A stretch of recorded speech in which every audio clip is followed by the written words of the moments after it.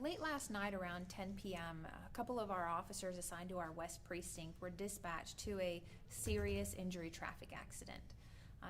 The incident occurred on Steve Reynolds Boulevard near Windward Lane, which is relatively close to Meadow Creek High School.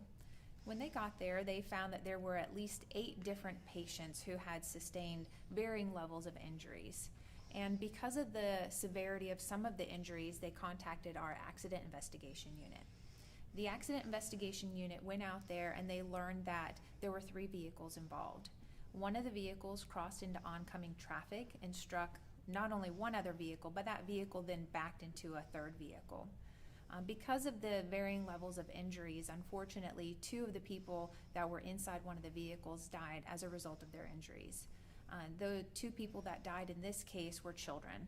They were ages 8 and 14, and it's quite unfortunate that, not only did we lose somebody in a traffic accident, but we lost a child and we lost 2 children. So this type of story tends to affect people. Most people have children out there, and it's unfortunate that this family has to deal with such loss. What are the circumstances, or what, I'm sure it's under investigation, but what were the circumstances that she went into, or this person went into oncoming traffic? So Steve Reynolds Boulevard, where the incident happened, is a 5-lane highway. There's 2 lanes traveling both directions, and there's a center turn lane. Right now, we don't know exactly why she crossed into oncoming traffic, but our investigators feel confident right now that speed is probably going to be a contributing factor. Because all of the people were transported to a local hospital, the investigator is not only going to have to follow up with all those patients and drivers and passengers, but he also is going to have to reevaluate and reinspect all of the vehicles here at our accident investigation impound lot. And you said, can you go into further detail? You said that she crossed over and then backed into somebody else. Can you explain that? Sure. She crossed into oncoming traffic and hit one car head on.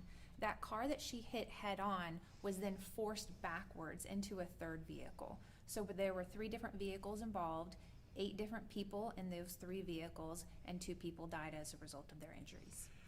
What's the speed limit right in that area? It's a school, so it's probably 35, 45? Our old reports used to have them. I don't have the speed off the top of my head. But there's a school right there, right? So you would think it should be probably 35, 45? I don't know exactly what the speed is, but if speed were in session, the speeds would be reduced. This happened at Right. 10 p.m. at night, so there was probably no speed zone right there. Got it. Yeah, you did say at night.